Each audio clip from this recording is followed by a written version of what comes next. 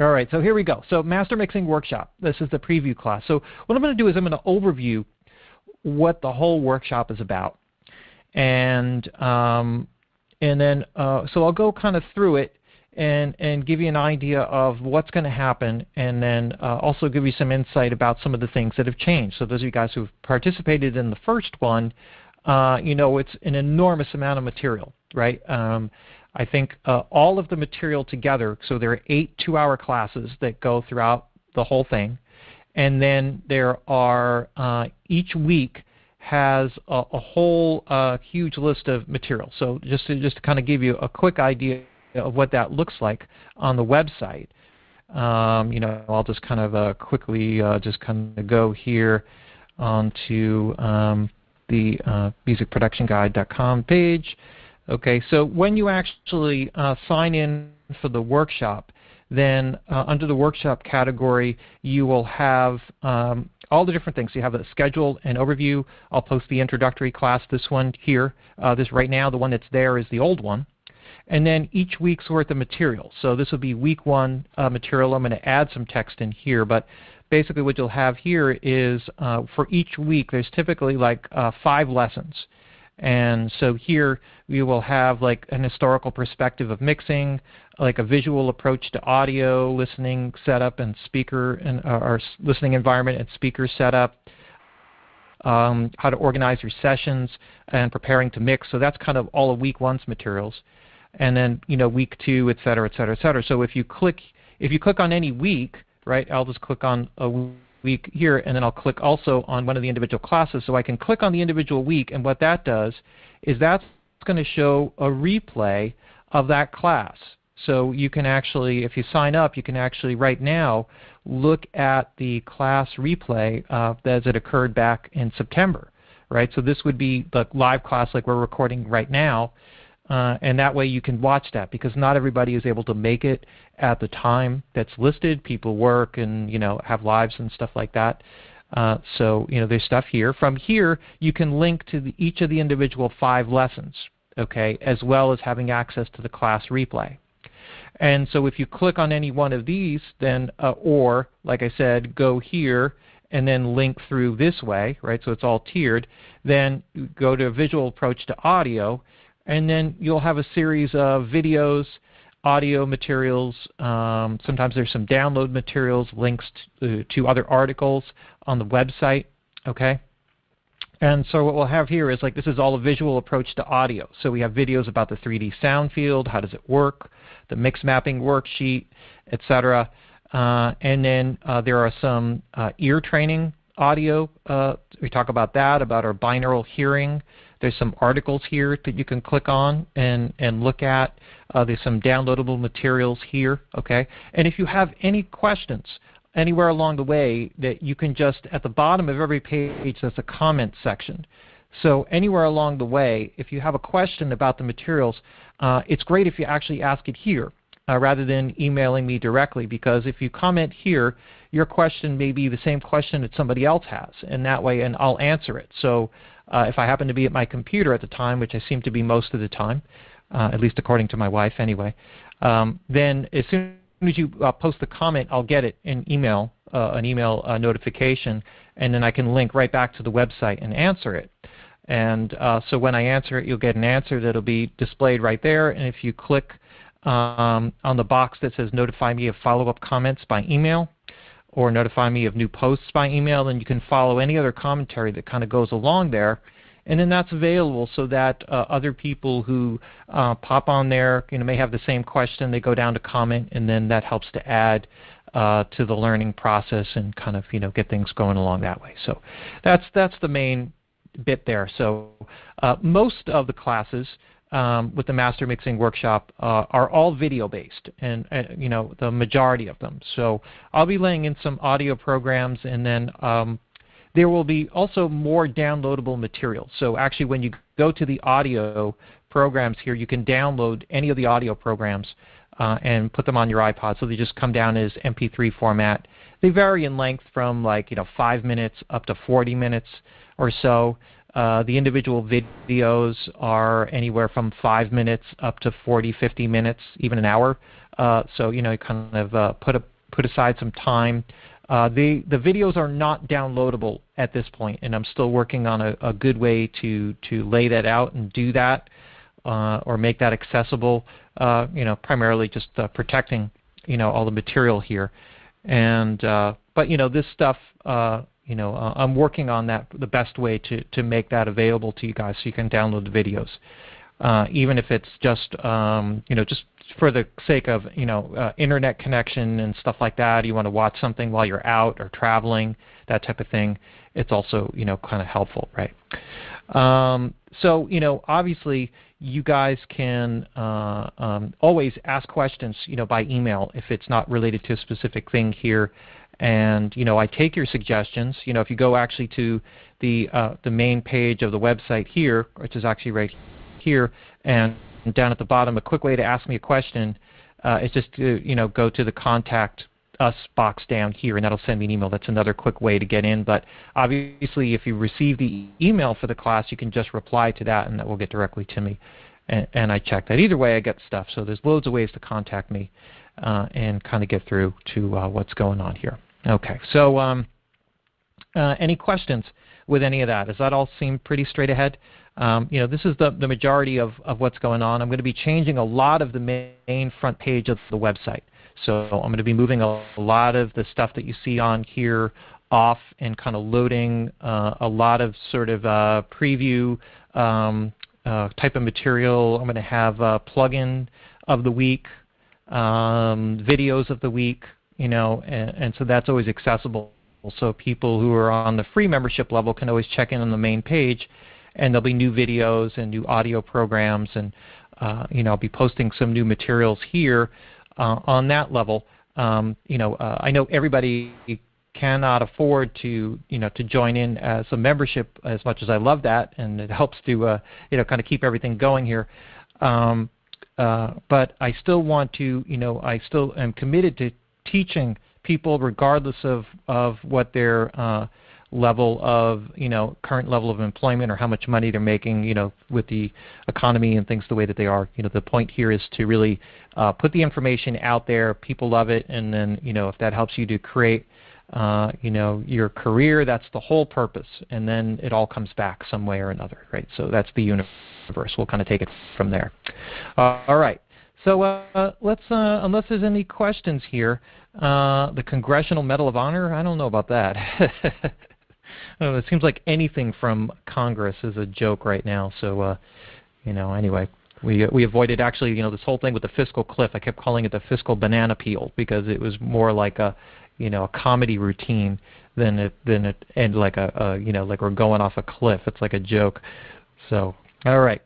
So anyway, let's politics aside, let's kind of move forward here. Okay, so let's kind of start by going over what the week one material is. Okay, and so the week one material I call it kind of structure of mixing, and the idea here, the reason why I really started.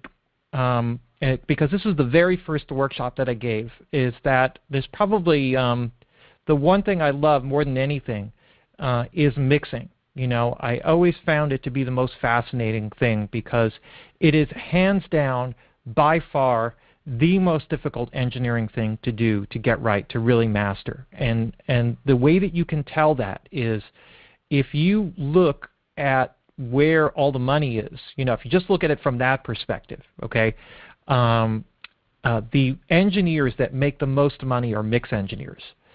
So the top level mix engineers may be making $4,000, $5,000, $6,000 a song, and they'll mix 2 songs a day, and so they'll mix a whole record in a week and make like $60,000. And that's pretty amazing, right? That's really good money. That same person who's a tracking engineer, who's recording drums or whatever, might be making $500 or $750 or maybe $1,000 a day. Okay, so very, very, very different structure. And then if you get down to like simple editing work, like pitch correction and stuff like that, you might make a couple $100s for pitch correcting, vocals, in a song, right? So it definitely changes. And this is because mixing is absolutely the most difficult thing to do. And if you understand mixing, and you understand the mixing process and how it works, you are forced to understand how sound works, and it will make everything else you do 100 times better. Because the more you understand about mixing, the more you see the problems that occur with improperly tracked instruments and vocals, right? Because when you go to mix it and you're having real problems, you say, oh God, I've tracked vocals like that too. I'm never going to do that, right? And you're going to start to do things that give you a more finalized, finished sound when you record them, okay? And not always leave things to the mastering. So it really helps with everything. And in fact, what happens is you have to have a good basic understanding of acoustics and the way acoustics work and the way that we hear, right? When you start to work from this perspective. And the reason for that is actually pretty simple because, the way we hear is fixed. It's built in, okay? We have binaural hearing, okay? That's just what it is, okay? And so when we listen to anything, right, the only way that we perceive sound is through transmission through air, right, through some form of elastic medium, and we perceive it through our hearing mechanism, and there's some feeling sensation, right, that you get from sound, obviously, the vibration, okay. There's actually an amazing documentary called Feel the Sound, right, and it's a documentary about this percussionist, this woman who she starts out in grade school playing instruments and she's really into it, and then she loses her hearing. She goes deaf, but she continues to play. She's a percussionist. And when you hear her perform, you cannot believe that she's incapable, that she's completely deaf, but she can feel the music, right? And it's just an amazing documentary. So if you have Netflix or something, throw that on. I think it's even on iTunes. It's worth a rental to check it out because it'll really blow your mind if you're into audio at all. It's really incredible, right? So that's one to check out. But, the way that we perceive sound and the way that we perceive distance and localization of things, right? What are the elements that go into how far something sounds away from us, right? Where is it located? Because with our binaural hearing, we can hear all around. We can hear sounds coming from above us, below us, behind us, in front of us, to the left, to the right, and anywhere in between, right? So a sphere all the way around us, right? And the more that you understand how that works, the more you can start to emulate those characteristics when you're mixing. And when you start to do that, then you start to really understand, well, what actually happens from a sound that's on the opposite end of the room, right? What does the transient peak look like when it's across the room as opposed to just a foot away from you? Completely different, right? What is the balance of wet-dry in addition to the reflected energy, early reflection energy, the reverb energy, and the dry energy when something is on the opposite side of the room from us? What is the balance of that? And what happens to the frequency response in that space of the direct signal when it travels over time, over space rather? So when you understand these basic elements and then you start to apply that understanding into the plugins and the processing and the techniques that I'm going to show you throughout the workshop, you can literally take any sound and move it up in the speakers, above the speakers, below the speakers, outside of the speakers, left, right, in between the speakers, toward you, out in front, or behind the speakers, and back.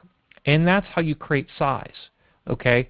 Frequencies are actually the easiest way for people to work with mix, or the obvious way to go to when people start working with mixing. And the reason for that is that it's sort of instant gratification, because if I add some high mid-range frequencies, that vocal is going to pop out, okay? But that doesn't really, but then of course you run into the problem of what happens to the acoustic guitars, because now they lose that same frequency because you're adding more of that into into the voice, right? And so when you work from that limited perspective, then what happens is you're very confined, and that's the way a lot of mixes sound. They sound stuck in the speakers. They don't sound exciting. They sound trapped in the speakers. So the frequencies are there, the balances are amazing, all the elements are there seemingly, but the size is missing. Okay, and so this is what the workshop is all about. It's all about taking sound and being able to manipulate and move it around and have it appear as if it's coming from different localized areas, because then if those acoustic guitars are a foot behind the speakers and the vocal is a foot in front of the speaker, they can have the exact same frequency response, the exact same presence, and not interfere with each other. But if they're all in the same flat plane to each other, right, in between the speakers, they'll step all over each other, and your mix will be a nightmare trying to get it all to work.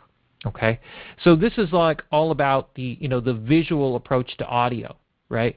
And this is the 3D soundstage, right, which I'm going to talk about. So I'm going to show you a little bit about that, and then I'm going to take one quick step back here and talk a little bit about an historical perspective of mixing. So let's talk about where mixing started from, and so mixing really started from the earliest days of recording, right? So when people started to record records in the early 1900s, and there were recordings that were done by inventors and stuff before that, and as they were working with wax cylinders and aluminum or tin cylinders, and trying to cut things and carve things, and find people recorded audio on wire, piano wire, all different kinds of crazy ideas. And not crazy, of course they were developing. There was no precedent for this. The creation of microphones, capturing sound, all these things. What happened is, first it was all about just, okay, can we do it, right? Let's get it done. And then after you do it, then it's like, well, how can we improve it? How can we make it better? Okay, so from the early days of recording, we went from making these really horrible recordings, but it was like, hey, we can do this, for the first time. It's like, I always say, like the first wheel, right? The first wheel in existence wasn't a steel-belted, radial snow tire, right? It was probably some square piece of stone that was really horrible, and they cut a hole in it, right, and just kind of dragged it along, and it sort of worked better than anything else they had. Or maybe it was like a tree limb or something like that, that you just set a bunch of them in a row, and then you whatever heavy rock or whatever you wanted to push, you just kind of moved it along the top of them, right? So started out simple, but then gets developed. So what happened is, technology started to increase, and microphone technology got better, and the ability to cut vinyl got better, and they started working in recording studios and started to play with acoustics. What engineers started to do, the way that they mixed, would be to move the musicians around in the room, because everybody had to be captured all at the same time, right? So you had all the musicians in the room and maybe a single microphone, or maybe a couple microphones, right? And then you would have to move everybody around so that you got the balances that you wanted. So that was really mixing, right? It's acoustic mixing. And then you could have some controls, if you have multiple microphones, at the console, at the recording console. But for the most part, the engineer was keeping their eye on the cutting lathe, because if the cutting lathe got misguided or didn't work, then it didn't matter how good the performance was, you wouldn't be able to keep it, right? So it was very much a hit or miss thing. And that was really all the stress. And analog tape changed that. So in the late 40s, analog tape came in, and now the engineers had one less thing to worry about, because even if the sound overloaded, you would just get some distortion, which is much easier to deal with, and the tape compression helped, and you didn't have to worry about low frequencies and a lot of different things. But what would happen is that engineers would learn to compensate for that. Now all of a sudden you had editing capabilities, right? Splicing and stuff. And now you could take that recording and then run it back through a processor, right? Compress it, equalize it, right? And play with it before cutting it to the actual vinyl, right, that would be released to the public. And then came multi-track recording. So now you could record individual musicians on separate tracks. Isolation booths came into being, right? So now you could get full, complete separation between instruments. And this just kind of continued on and on, right? So what ended up happening was that now the mix engineer's position became a completely different thing, because now the mixing was not part of the recording process. The mixing was a separate day, right, which took a lot of the stress off. And now you could process the individual tracks whatever way that you wanted, right? And then that would end up on a final mix medium or end up right to the vinyl.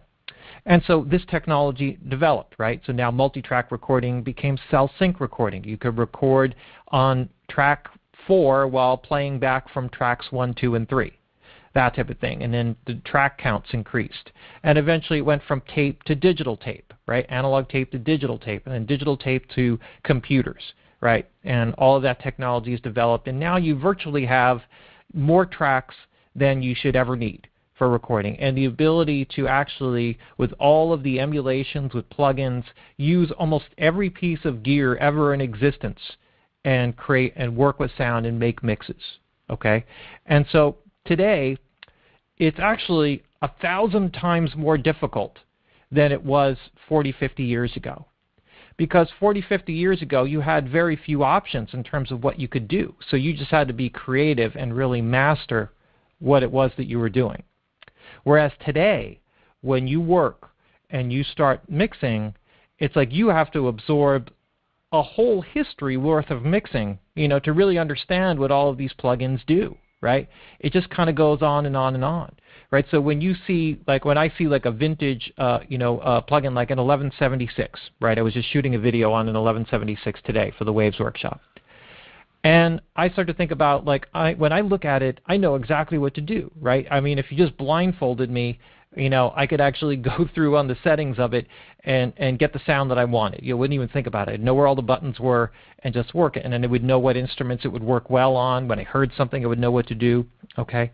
And so these are things that you can only work through experience, right? And that's part of why I created this workshop, because I wanted to bring about and kind of make known or really bring out or elucidate this whole process of mixing, right? And break it down into kind of its simple components so that when you actually start working, you understand through this process not just, okay, how to do balances and levels, but what you're actually listening for. How do you listen, right? What are you actually listening for when you process the sound, okay? And how do you kind of layer or work this processing? Do it in some kind of methodical way that gives you consistently really good results in a very short period of time, right? And so this is just, the whole thing with the workshop here is a step-by-step process. And when you follow it step by step, you realize that just some simple things like checking your phase and doing some subtractive EQ all of a sudden creates a completely different vibe about your mix. And now a lot of things that you used to do, you don't need to do anymore, right? Because they weren't really the correct things to do in the first place, right? And then when you go to the next level of processing, it will do things that will negate the ability, the need to do other forms of processing, like apply too much effects or too much reverb, right? Or too much additive EQ. And all of these things just kind of build in stages and in steps. So, and that's kind of what the whole thing is here. So when we do this, you kind of have to trust the process a little bit and kind of work with it, right, step by step, okay? So any questions about that? Anybody have any questions out there, what I just talked about so far?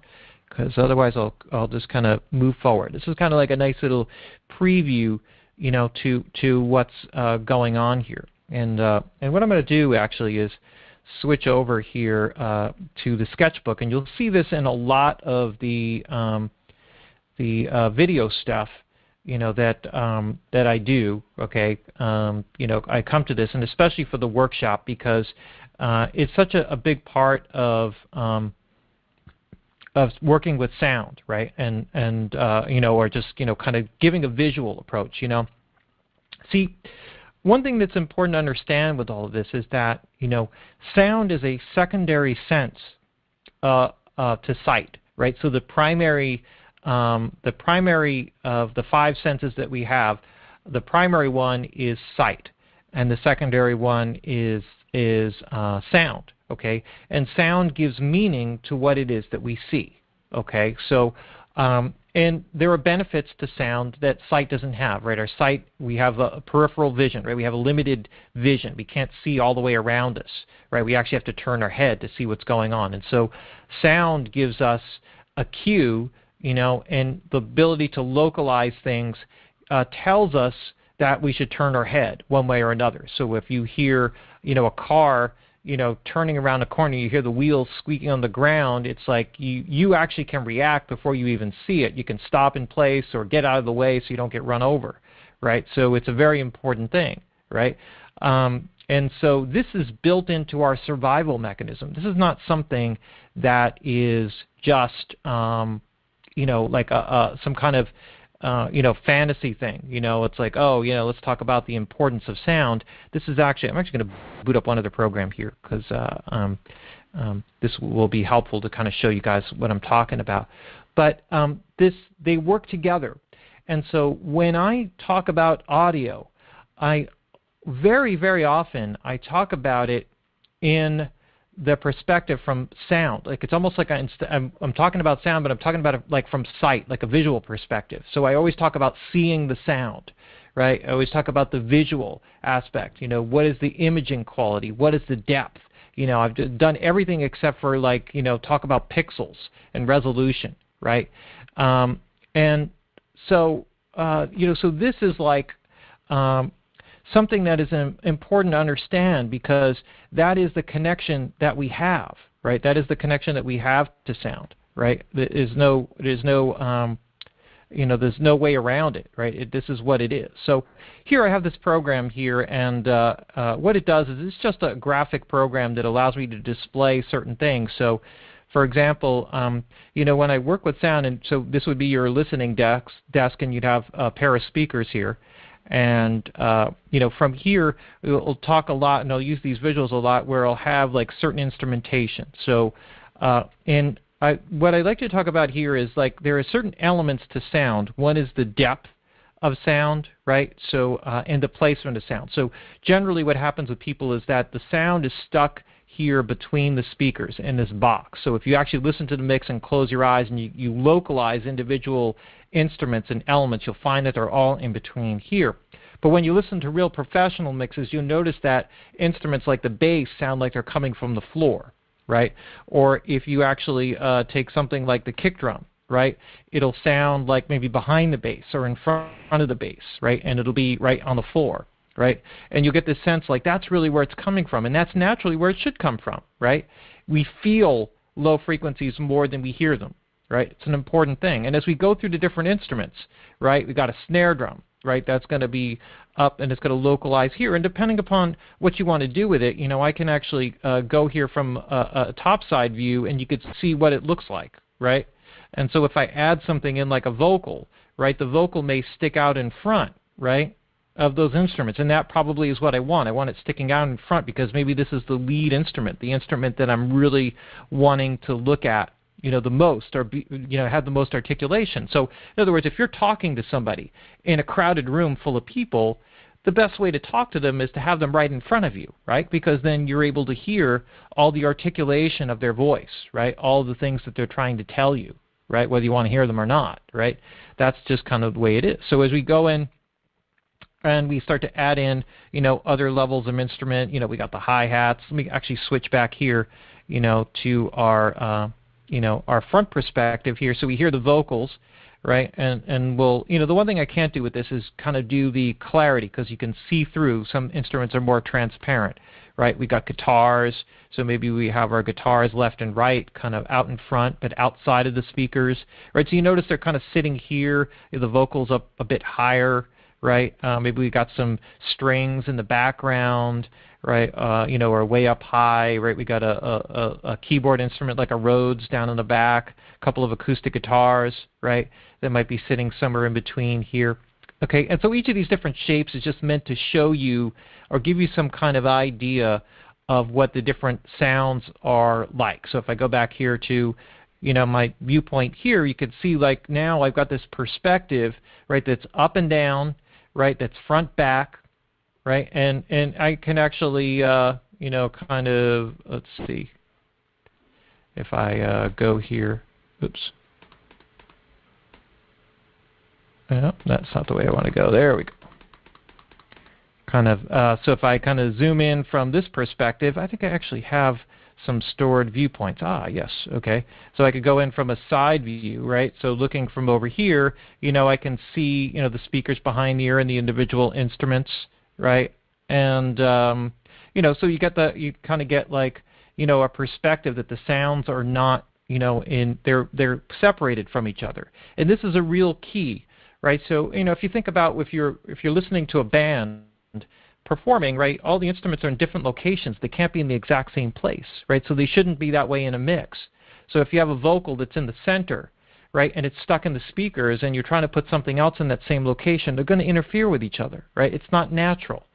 So you have to understand how is it that you move something forward, back, front, up, down, right, all the way around. And that's really what this workshop is all about, right? It's really all about how do you take sound, move it around in a room, right, and make it so that, you're basically playing with it, right? This is the whole idea of the workshop, is that you're learning how to play with sound, right, how to make things, really, really, all gel and work together, right? So does that make sense to you guys, right?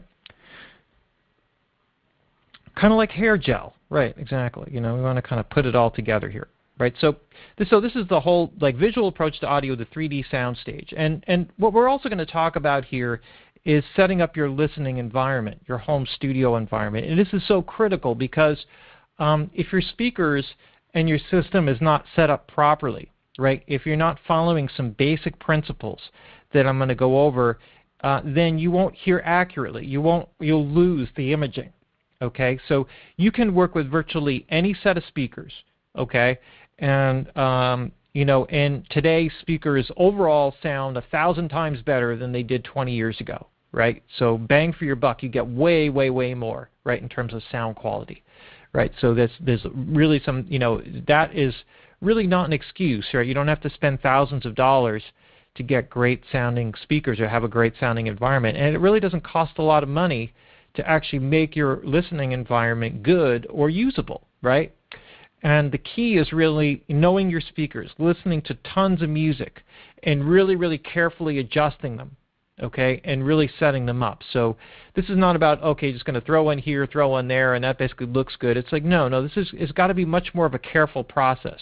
Really, when you set up your studio, you have to set it up in such a way that, place the speakers very carefully and your position very carefully so that you're getting the speakers, you're getting the absolute most out of the room before you put up a single acoustic treatment, right? Where you're positioned, how the speakers are angled, how far are they apart from each other, how are they triangulated with you, okay? There are certain rules that you see, about speaker placement, and really, the most important thing about all of them is you don't have to have an equilateral triangle. You have to have whatever sounds best. And you have to set up your speakers and your system in such a way. And you have to understand where the biggest problems come from in terms of reflections in your room. And how does the room affect the way that you hear, right? So my basic rule of thumb in terms of buying speakers for your studio is that the size of your speakers must match the size of your studio. So the smaller the room, the smaller the speakers have to be to work in that environment, okay? Really, really key. It's that simple, right? So if you don't have a big space, there's not really a reason to have those 12, 15-inch, low-end drivers on the speakers. You can have a subwoofer, and that's actually cool, right? If you have smaller speakers, you're going to need a subwoofer. That's okay. That's very different than having a 10 or 12-inch driver, because in order to make that 10 or 12-inch driver on your speakers sound good, you're going to have to turn the volume up to a point where you're going to resonate the room too much, and it's going to make your ability to hear the music accurately very ineffective, right? So there's a real key here with all of this. We'll also talk about how you use headphones, okay, and working with headphones, because you can also mix with headphones. There are just some things that you need to understand about that process, and maybe some plugins that are worth a little bit of an investment, just so that you can monitor correctly. I have some friends who actually are in environments where they live, the walls are so thin that they can't play music hardly at all, except for very low volume, and they primarily mix and work with headphones, and they actually do amazingly well, right? Make great mixes, right? I just mastered something for a friend, and I thought the mixes sounded really great, and mixed them entirely with headphones, right? Some AKG headphones, right? And so I thought, he did a great job. So, so there's a lot, there's a lot here, right? And what we're going to do here in this is we're going to break down also when we get past the listening environment, because the whole idea here is that you really have to take in and understand how to set everything up and put yourself in the best position to succeed, right? So, whatever car you have, you're not going to enter a race unless you do everything you can to make that car ride as fast as possible. So that's what, whatever it is that you have to work with, make sure that you can get the absolute squeeze the most out of it, right? You want to get every bit of juice out of whatever it is that you have, right? Whatever your acoustic environment, okay? And I will give you ways to do stuff really, really, like very inexpensively. For a couple $100, you could go to Home Depot, and if you're handy with tools, you could buy everything that you need to completely acoustically outfit a room. Right? You don't need to go and spend thousands of dollars on acoustic treatments in a studio. And that's one of the workshops that I'm going to be giving, I think, during the summer, is an acoustics workshop, and that's going to be all about that type of stuff. And we'll talk about how you build a lot of the things that you see and how you could do it on a much, much, much cheaper level, right? So there's yeah, absolutely. Hook me up with the architect, Ricky. I'll absolutely get you all connected, man. Your studio will be dialed in. Yeah. It's actually funny you mentioned that, because I've actually, when I was in New York, I did a lot of that work, and I was actually originally doing it kind of professionally. I helped rebuild and redesign Whitney's studios and helped reconstruct some of the acoustic work there. And I've worked a lot in different high-end professional studios, helping to advise and make recommendations for things that needed to be done in terms of acoustic treatments or rebuilding, working with the room designers, and also did quite a bit of work helping people build studios in their homes, right, and designing whole systems end to end. So everything from acoustic treatments, what software they buy, installing it, training them, the whole thing. So, I really understand how this works, and I've worked in so many different bad environments and always got them to work. Okay, so whatever your situation, you can actually make it work, and it really, really will help tremendously. Okay, so here's the thing. So this is good. So we're good. Good. I look forward to it, Ricky. I'm there, man. I'm there. Okay, so we're going to go also through a step-by-step process. And, part of the visual approach to audio thing, I don't know if you noticed, there was a downloadable thing, which is creating mix maps. And so one of the ways to learn how to mix is to study mixing. And so when you learn how to listen to audio, part of doing that is doing ear training exercises, and I call that mix mapping. And so there's a downloadable chart, and that chart will look like this, right? You'll see. See if I can dig this up here. The mix mapping chart. Where are you? Maybe I don't have it right here. The mix mapping chart. Nope, that's drums. Okay, yeah, I don't think I have that right here. The mix mapping chart is essentially like a spreadsheet, and what you do on the spreadsheet is you fill in boxes about all the different instruments that you hear. And part of that, you also do the sound field stuff, right? So you actually draw like bubbles or circles or squares, how you hear the sound within your speakers, right, within the sound field here. And then you also do another map from up above, right? So you're listening here. Does it sound like it's in front of the speakers, behind the speakers, how far back behind the speakers, outside of the speakers? And you kind of draw things out and you list where they are. And on the spreadsheet, all you're doing is you're listing each individual instrument. You list where it's panned.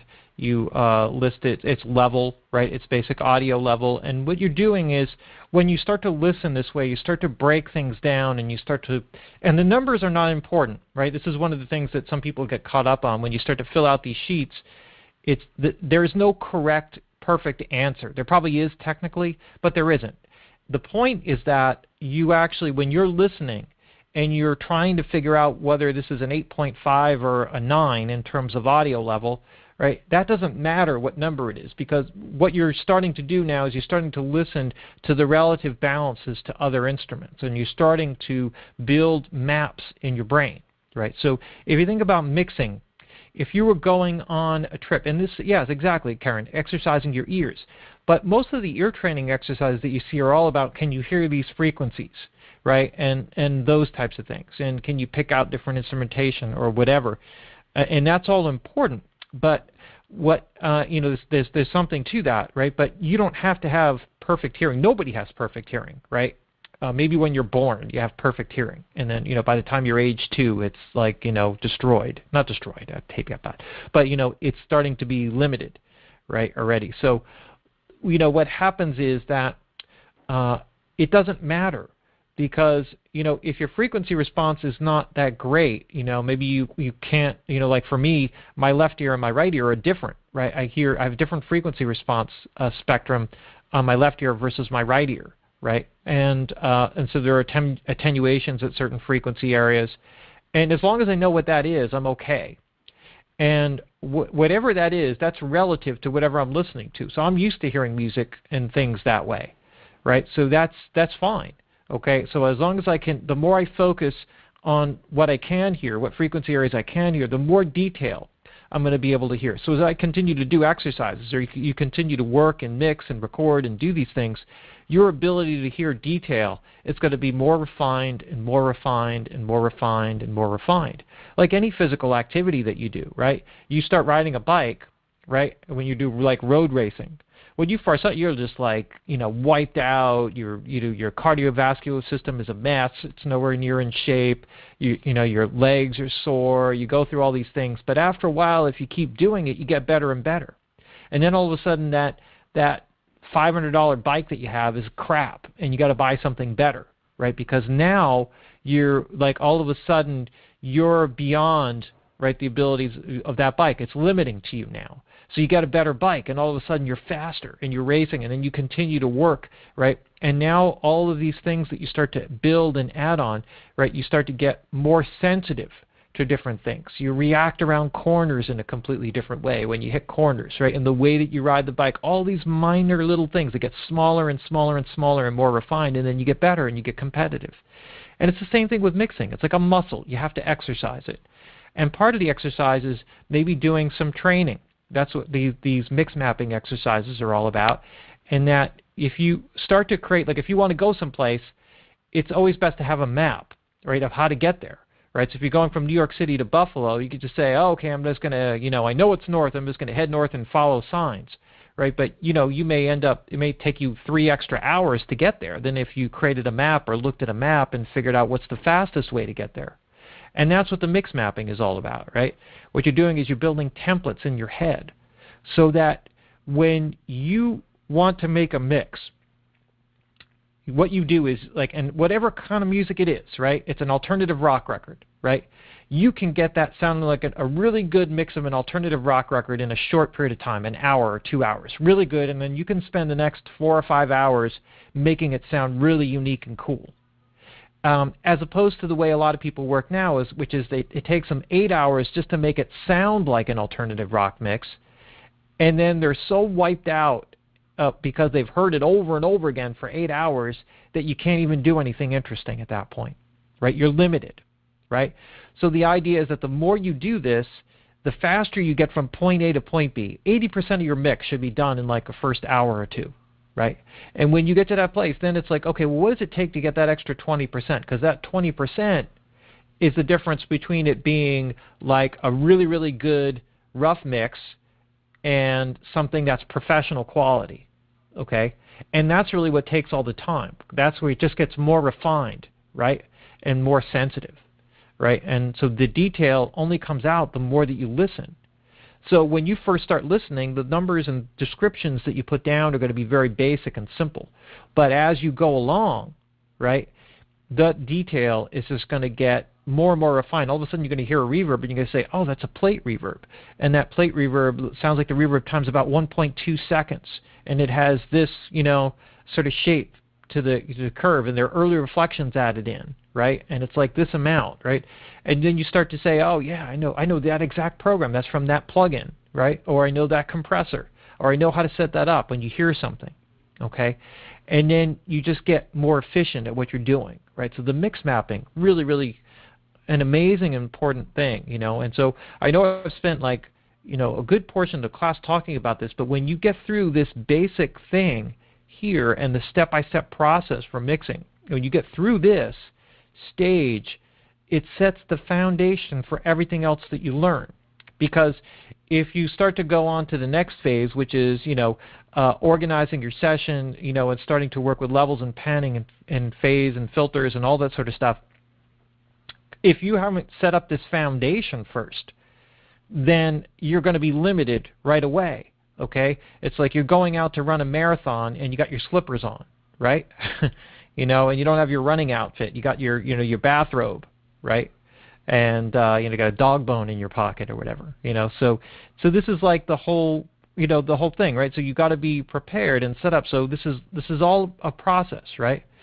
And see, this is something like you can get away a lot of times, with recording and saying, I don't really need to know everything that's going on. You can get away with a lot of stuff. But when you get to mixing, there's nothing to get away with. Because once you get past the mixing, other than the mastering, and there's only so much the mastering engineer can do, right? That's it, right? The next is, shrink wrap, right? And then it's out, right? So that's really where all the skill is. Exactly, Rick. So it's all in the mixing. So this is like the whole thing. This is where it really, really all comes together. So, all right. So let's talk about the next step, which is session organization. Okay. So when you actually start the process of mixing, there's some simple things you can do, and they really don't take that long, right? I have some videos about all this, and you're going to want to set up the mixed signal flow in what I call the 3-tiered mixing system.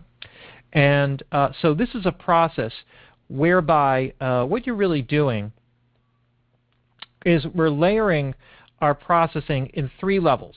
So what we have are individual audio tracks, right? So we have, oops, my board is slanted here, right? So let me just clear the slate here. So what we have are individual audio tracks. So these lines are our individual audio tracks, and they all have, our levels and panning and blah, blah, blah, blah, blah, right? So let's just, say we got our basic things here, okay? And so we have certain instruments. So let's say these are drum tracks and these are guitar tracks, okay? What I'm going to do is, rather than sending these straight to our mix bus, okay, so we have our final output mix bus, right? So this is our mix, our stereo mix output. What we do is we group these instruments, right, and we send them off into stems, okay? So this will be the stem of our drums, or drums and bass, right? This will be the stems of all the music, right? This will be the stems of background vocals. This will be the stems of lead vocals. And then these guys, right, together will get mixed and sent into the master fader. Okay, so we have 1 level, 2 level, 3 levels, right? This is our 3-tier mixing structure. And there's a whole other part of this, right? Because with our drums, we're also going to send the drums to reverbs, and we're going to have effects processing. And those are going to be on auxiliary channels or separate channels. So we have sends, right? And those send signal off into here, and then we have reverb and delays and stuff. And those guys get mixed in with the drums into the stem. Critically important, right? Because what I have is on each of these tracks, right, I have inserts, right? I have inserts. So I can apply plugins, right? I can apply compression, equalization, right, whatever form of processing on my individual tracks. So this way I can shape the sound of the kick drum and the snare drum and the hi-hat and the cymbals, right, and I can get everything sounding unique. I can filter off those frequencies that are not necessary. I can get the crispness out of the snare. I can gate it if necessary, blah, blah, blah. And then I'm going to send it off to reverbs and processing, effects processing, and then that's going to get sent off into the mix stem, and then from here I can take that whole thing and I can compress it or equalize it, right? So I can process it again, and so now what this is doing is this is gelling, right, the sound of the drum kit with all of its effects and everything, and I'm kind of molding it together, right? I'm pulling it all together so that that drum kit sounds like a drummer behind an instrument, not a bunch of individual sounds. And those guitars with all of their effects and delays and reverbs and blah, blah, blah, and all that sort of stuff, that all gets mixed in together. And then that gets sent off, right, into here, right, with all the other music, piano, whatever, keyboards, right? Maybe if you have like horn section or brass, brass instruments or reed instruments, you could put those on a separate thing. You could separate out, stems for different things. But the sounds with their separated processing. So if I have a reverb on the drums, the guitars are never going to use that same reverb.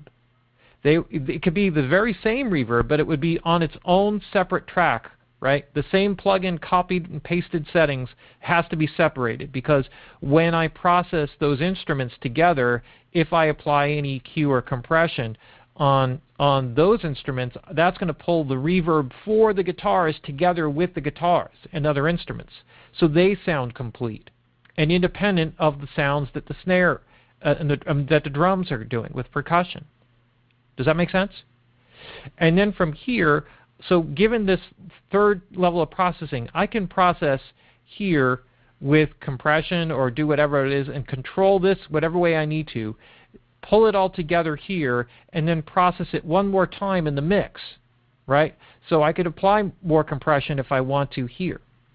See, the problem is that if you only have it in one stage, then you're forced to do way more work here than what you really need to.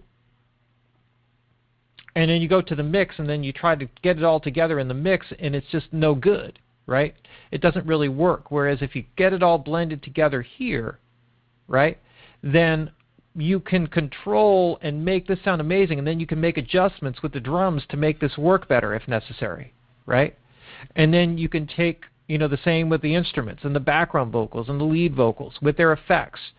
And then you set yourself up because it's perfect, right? When you want to print stems, right? You want to print your individual stems. What do you have? You have mute and solos for each channel, right? So you can mute, right?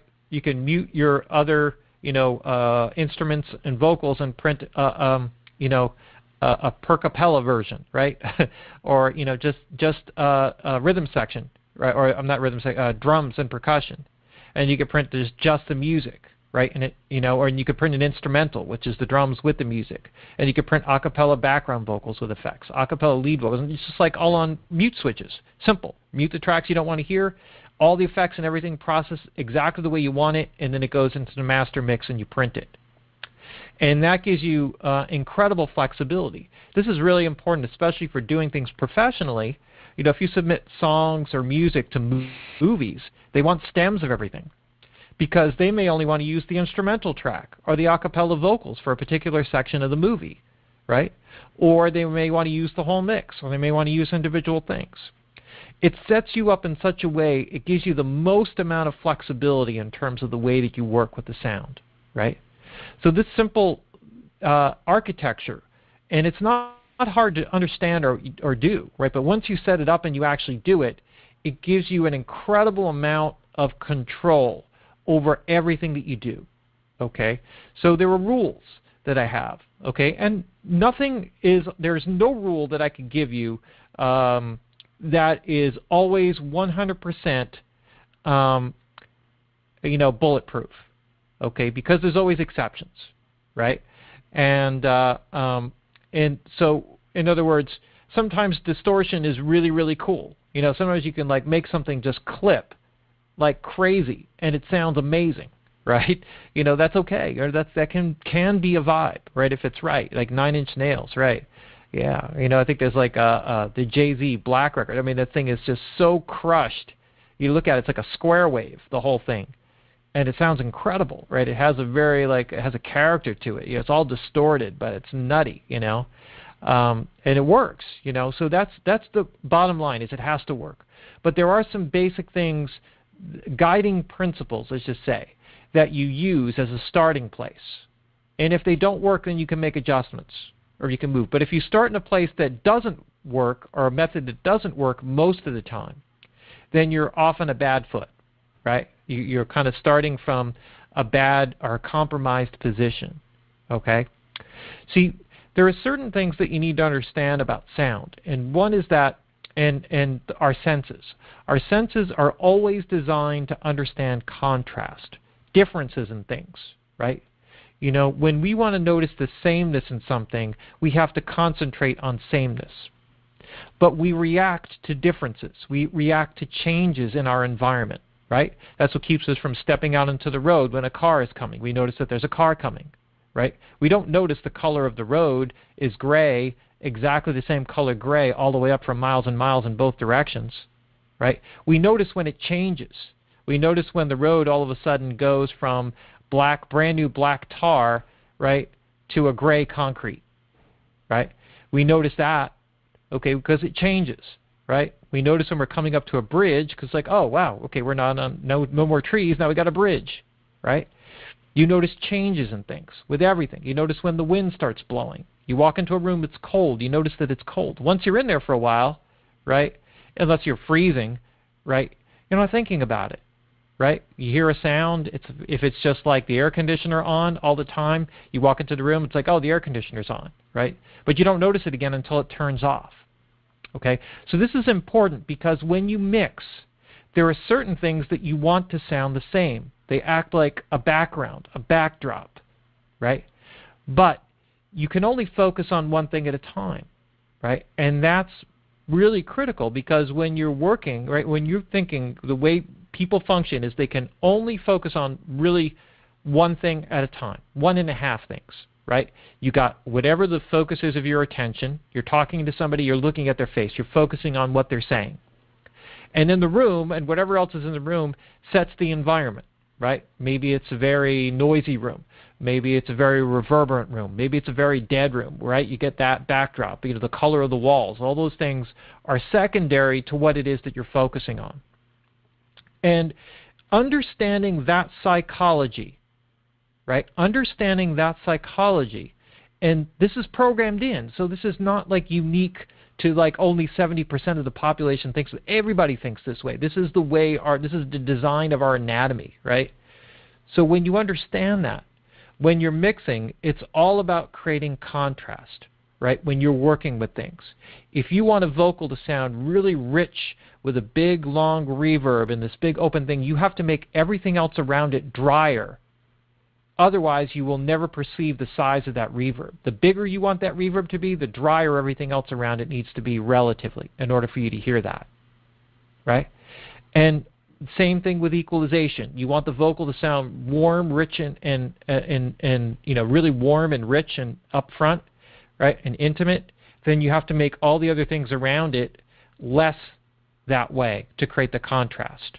Right? So if you want to stand out in a room and everybody's wearing a black shirt, wear a bright yellow shirt, right? You'll stick out like from everybody. People will look in the room and the first person they'll focus on is you. You go the one with the different shirt, right? How many times, like, you have been in like a party, a clown walks in, like everybody sees the clown. Nobody misses the clown, right?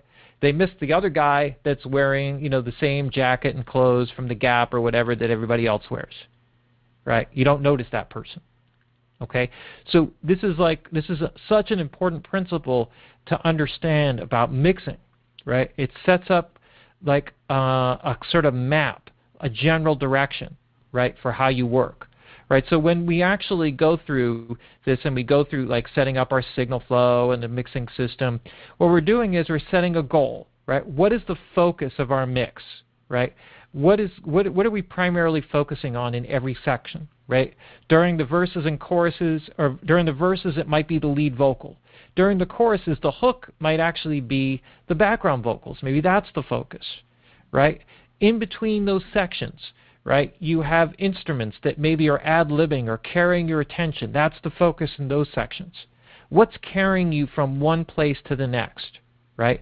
When you mix something, when you mix a song, you're taking somebody on a journey, right? You're telling a story, right? This is what happened, okay? And if you don't make it interesting, it's like a movie, right? It's just like a movie, right? If the movie starts to get too detailed and tedious, you either fall asleep or you walk out, right? You leave, right? Crappy, right? A bad movie, right? But if the movie is compelling and each thing that happens in the movie makes sense and is building towards some kind of, you know, climax, right? A song is the same way, right? You're working within that song, right? And you're actually slowly building up the energy of the song, the story of the song, right? That's part of the whole mixing process, right? So when you approach your mixing, you have to approach it in the shape of the vocal. What is the story telling you about of the vocal, right? And it may be just like something simple like a Ramones song that's like 2 minutes long, right? There's a reason why all those Ramones songs are 2 minutes long, right? They don't make any 6-minute long songs because if you were just like, you know, Sheena is a punk rocker for 6 minutes, you'd want to, you know, like poke your eye out. You can handle it for 2 minutes. After 2 minutes, like it fades out and it's done. It's like, that's it, you know? But if you kept that going, you have to change up somewhere in there. You'd have to make a whole different section. You'd have to change what it is that was going on somewhere in that mix or in that song or in the arrangement. Add horns, exactly, right? So that you can carry the interest, right? There's what's the reason for listening to this any longer, right? That's why, movies are generally, there aren't very many movies that are like 4 hours long. And the ones that have to be so compelling that they hold your attention for that long. It's a very, very difficult thing to do, right? So, mixing, right, and song length and all those things are really important. So when you're mixing, you have to make sure that you're constantly carrying the interest of the artist, of the listener, throughout the song from beginning to end, right? And this is a goal, right? This is the thing. So usually with the goal, I talk about having reference mixes, right? Like a mix that you use as a reference, a guide, something that stylistically matches the sound that you're going for, production-wise matches the sound that you're going for, has some sort of connection in terms of maybe what the song is about, right? Maybe it's maybe it's an artist that's the most influential, right, to the particular artist that you're working with. And having that reference mix is really key. Not that you try to copy it. What you're trying to copy is the energy of it, not the frequencies and all the content of it, okay? It's the vibe of it. You want it so that your mix, when you compare it up against that professionally done mix, it sits like it's comparable, right? When you listen to the two, you say, wow, my mix holds up to that, right? When I put my mix up, it feels just as energetic and alive as the track when I listen to it, the song that I love. Okay, that's really what it's all about, right? And when you do that for the artist, when you capture that for the artist that you're working for, it's amazing, right? Their eyes will just light up and they'll want to hire you for everything, right? That's what you're really going for. You have to have a goal. Now, it doesn't mean that you get there, right? If you decide that you want to start running tomorrow and you want to run a marathon, next month, that's just not going to happen. It's just not realistic. Okay, you're going to have to train and you're going to have to work at it consistently for a while before you get to a point where you can handle running 26 miles, right? So that's a completely different thing. It takes time, okay? And you'll be frustrated, right? And there'll be things that, you're going to, drive you crazy, okay? And that's okay, because when they do, if you keep working at it, you'll figure out, you'll get over that hump, right? And you'll say, God, now I really understand, how to use early reflections, right? Or I really understand how to work reverbs now. And then you listen and see my compression really needs a lot more work. So you start working on your compression and getting certain sounds with compressors. And then as you get that better, then you start to maybe work a little bit more on your equalization or your automation techniques or how you program your delays and all those sorts of things, right? So it's a process. It's a practice, okay? It's not something that it's just, okay, you read a book and then you know it and you know how to do it. No, you have to make hundreds of mixes. You just have to keep mixing constantly, right? Keep mixing constantly, right? So that's really the whole key. So when we go through the mix, when you set a goal, now you're setting like a basic vibe. So usually what I say to do is the process is that if you have a guide mix, do a mix map of it, right? So map it out, draw it out, like try to understand it from a technical perspective. What are the instrumentation? What are the relative balances of all the instruments? Well, how are they panned? How much effects processing is there? Reverb? How compressed do these things sound? Right? Etc. Go through all these different things and then kind of sketch it out. Where does it appear in the sound field? Where does it appear in the speakers? Front, back, up, down, left, right. And work through that whole axis and figuring out how it actually all is put together so that when you start mixing, you now have an idea, a vision in your head of what it is that you're looking for, right? What it is that you're trying to achieve, right, with a mix, okay? And therefore, when you go about the process of working, right, you have a goal, right? So when you listen to that kick drum, it's like instead of just, kind of doing some half-baked kind of EQ or whatever it is that you do, you're going to approach it and you're going to say, okay, I want it to sound like this. So now you're going to get from point A to point B 100 times faster because you're going to have a direction, right? So, in other words, if I just say, go to the 7-Eleven, right, and you've never been to the 7-Eleven before, right? The obvious thing to do would be to get a map. Say, where's, or go to your phone and say, okay, where's map? Where's the closest, or Siri or whatever? Where's the closest 7-Eleven, right? And it says, oh, it's on the street corner of here and here. And so now when you go on that journey, it's like you take the shortest path, the quickest path to get there, right? So I'll create my own Siri application for mixing. Mike, how do I get the great kick drum sound? And then I'll do my voice. Okay. Start by using subtractive EQ, whatever it is, right? So that's the idea, though, right? That's the idea. You have to have like a map or a vision. What's your goal? What are you going for, right? So if you have a sort of destination in mind, the more you can hear it, the closer you're going to get to it. You're at least going to head off in the right direction, right? Because otherwise, if you just go out and you get in your car and you say, I'm just going to go up random streets looking for 7-Elevens, right, it's not going to work. It's going to take you forever, right? You may accidentally stumble across one, right? But more likely than not, you're going to miss it, right? Or you're going to say, oh, gee, wasn't there one over, like 6 blocks over or whatever, and then you waste a lot of time. So that's the whole idea here, okay? So now the roadmap